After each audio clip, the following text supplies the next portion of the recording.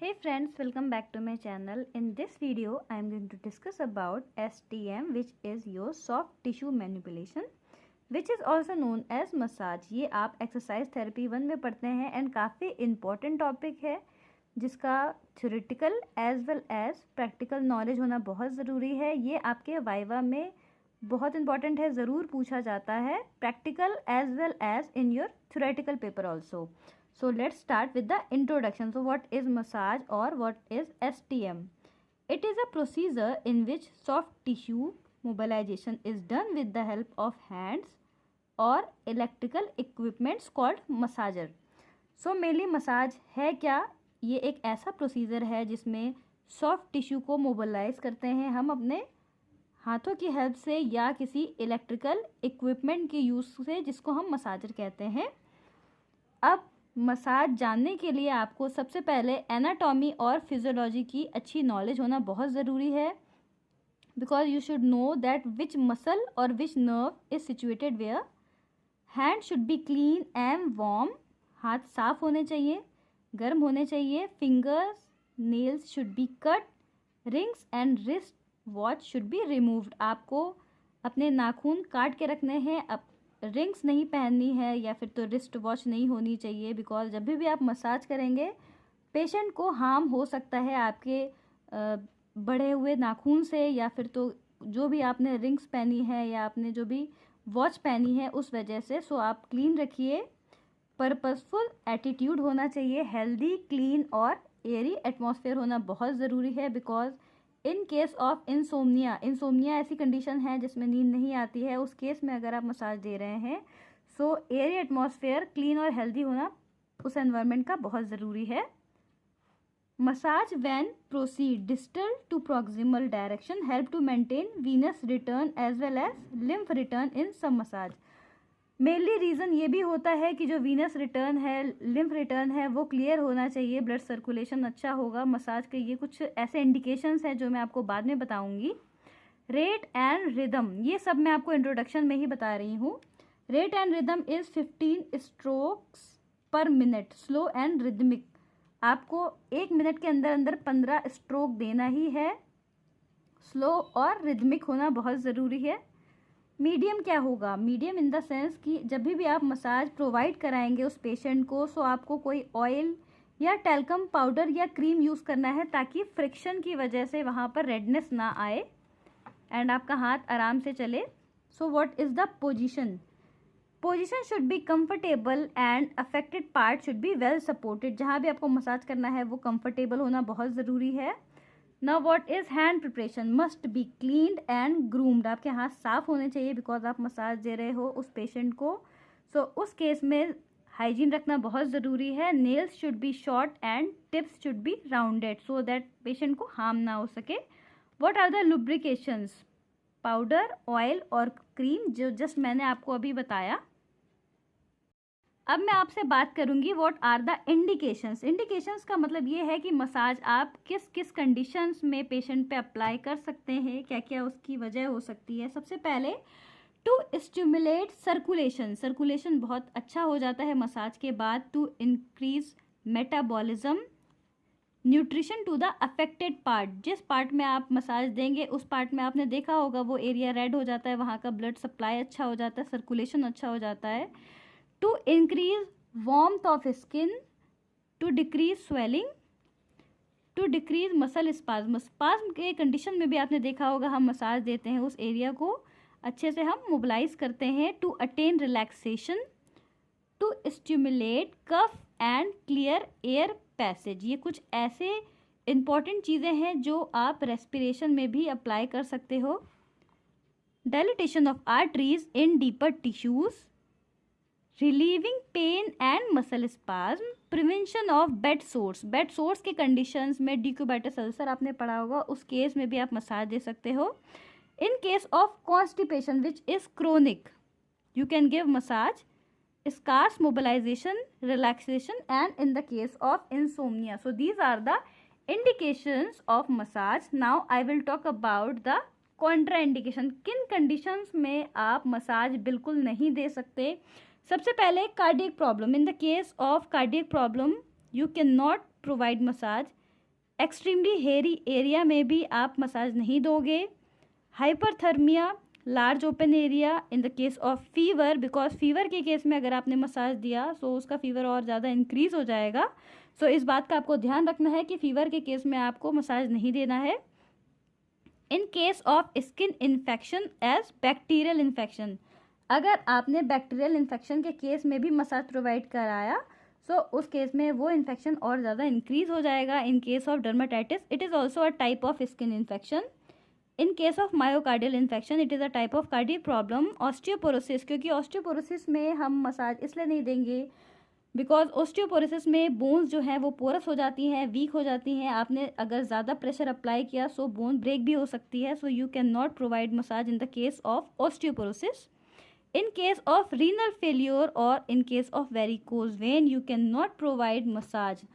Now, these are the indications and these are the contraindications. Now, I will talk about what are the techniques of massage, or I can say what are the purpose of massage. The main purpose is producing effect on nervous system, muscles and your respiratory system.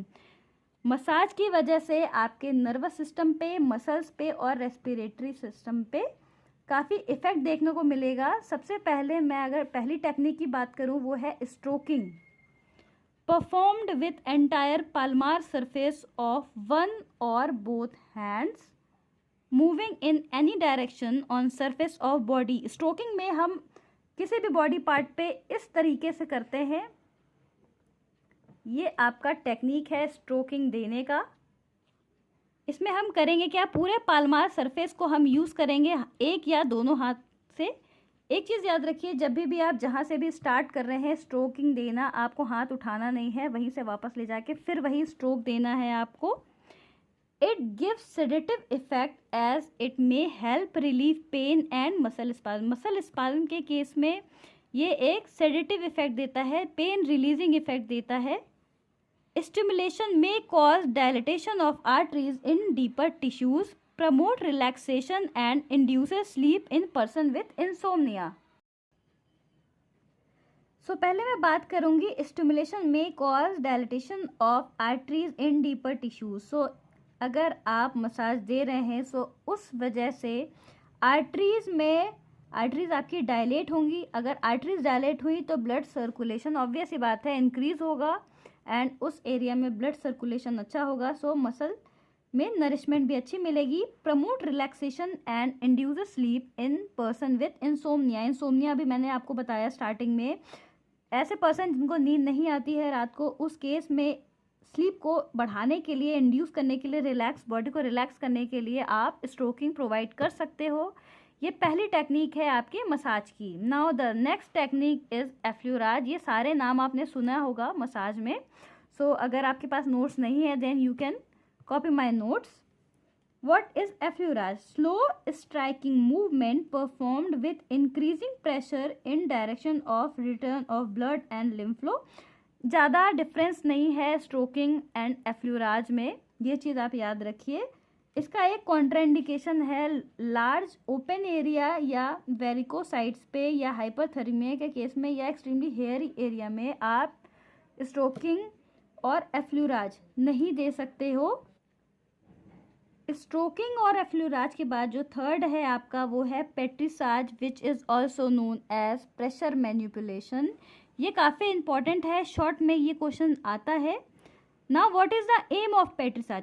M is to mobilise the deep muscle tissue, skin और subcutaneous tissue. एक चीज़ याद रखिए, massage के जितने भी purpose हैं, techniques हैं, वो लगभग सिमिलर हैं, सबका काम वही होता है, लेकिन कुछ स्पेसिफिक एरिया के हिसाब से हम, अगर लार्ज बॉडी एरिया है तो उस केस में हम अलग तरह का मसाज यूज़ करेंगे, और अगर मैं स्पाइन की बात करूं या आपके बैक की बात करूं, उस एरिया में हमारा जो मसाज का टेक्निक है वो चेंज हो जाएगा। नाउ पेट्रिसाज में पहला है आपका नीडिंग। आपने नीडिंग सुना होगा, हम अपने थंब के यूज से प्रेशर अप्लाई करते हैं। What is kneading? Performed by thumb manipulation in which muscle और and subcutaneous tissues are alternately compressed and released. हमारा काम ये है कि जो भी मसल या सबक्यूटेनियस टिश्यू है उसमें हम मैनिपुलेशन प्रोवाइड करेंगे, कंप्रेस करेंगे एंड देन ऑल्टरनेटली रिलीज करेंगे आपके थंब के हेल्प से। Movement take place in circular motion, ये चीज़ याद रखिए, थंब के यूज से आप सर्कुलर मोशन से कंप्रेस करेंगे एंड देन रिलीज करेंगे। During each stroke skin and hands are moved together, आप एक स्ट्रोक के साथ अब स्किन को और हैंड को एक साथ मूव करेंगे। Kneading helps to mobilise other deep tissue and muscle fibre. अब नीडिंग के कुछ टाइप्स हैं जो आप देख लीजिए, squeeze kneading, stationary kneading, circular kneading, ironing, thumb pad kneading and last is your finger pad kneading. Now what are the effects of petrissage? Number 1 is flow of lymph is and the second is to relax the muscle, increase blood supply, reduces pain and muscle fatigue. So ये कुछ ऐसे effects हैं जो कि पेट्रिसाज में आपको देखने को मिलेगा। Now what are the contraindication? किस केस में आपको पेट्रिसाज नहीं देना है? Number 1 is muscle tear by deep kneading. अगर डीप नीडिंग के थ्रू मसल टीयर हो गया है या फिर किसी और वजह से मसल टीयर है उस पेशेंट में, सो आप पेट्रिसाज बिल्कुल मत दीजिए। इन केस ऑफ स्किन डिजीज, जैसे जस्ट आपको मैंने कॉन्ट्रा इंडिकेशंस में बताया, आपको डर्मेटाइटिस का केस हो या फिर कोई भी स्किन इन्फेक्शन हो, उस केस में आपको पेट्रिसाज नहीं देना है। In case of bacterial infection, picking up, wringing, skin rolling, friction, ये सब कुछ ऐसे पार्ट्स हैं आपके पेट्रिसाज के। Now the 4th is percussion manipulation. Hacking, clapping, beating and pounding are the types of percussion. Hacking में आप नॉर्मली सिंगल या डबल हैंडेड स्ट्रोक यूज करेंगे। इन केस ऑफ क्लैपिंग आपको कप्ड हैंड का यूज करना है, स्किन सरफेस पे strike करना है। In case of beating, stimulate tissue by mechanical action. Pounding, ulnar border के हेल्प से आपको क्लिंच्ड फिस्ट या सक्सेसिव स्ट्राइक देनी है पाउंडिंग के केस में। Now what are the effects? Mechanical effect, posterior drainage, reflex effect, stimulation of vasomotor nerve, and therapeutic is in case of chest conditions. Now the 5th is vibration. Tremor is conveyed to tissue by hands or fingertips. Vibration आपने chest physiotherapy में पढ़ा होगा, same है वैसे ही आपको vibration massage का ही एक type है, वो आपको देना है। What is shaking? Single double handed technique, assist to loosening of secretion from lung, more pressure is applied. Vibration, shaking, ये आपके टाइप्स हैं, चेस्ट फिजियोथेरेपी में आप देते हैं। Effect, mechanical effect, reduce oedema, stomach to pass gas. What is reflex effect? Over nerve to relieve pain. And what is therapeutic effect? Therapeutic means what are the treatment effects? Chest surgery to loose mucus. ये सारी चीज़ें आप respiration में पढ़ेंगे, massage आप second year में पढ़ेंगे, but in the 4th year when you are going to study your cardio, then you have to apply these type of massage. What are the contraindications? Damage to lung tissue, heart failure, severe hypertension और spasticity, ये कुछ ऐसे contraindications हैं which you should no.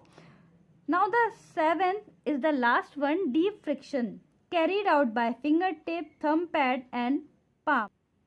So मैंने आपको सारे techniques बताए, what are the purpose, indications, contraindications and what is the introduction of massage. important topic है आपके viva as well as theory को लेके। लॉन्ग आंसर बनता है मसाज का, और मसाज के जो कुछ पेट्रिसाज है वो बहुत इंपॉर्टेंट है। स्ट्रोकिंग और आई विल से एफ्लूराज, ये कुछ ऐसे क्वेश्चंस हैं जो आपके शॉर्ट आंसर्स में भी पूछे जा सकते हैं। So I hope this will help you out in your exam. Thank you for watching my video. Thank you.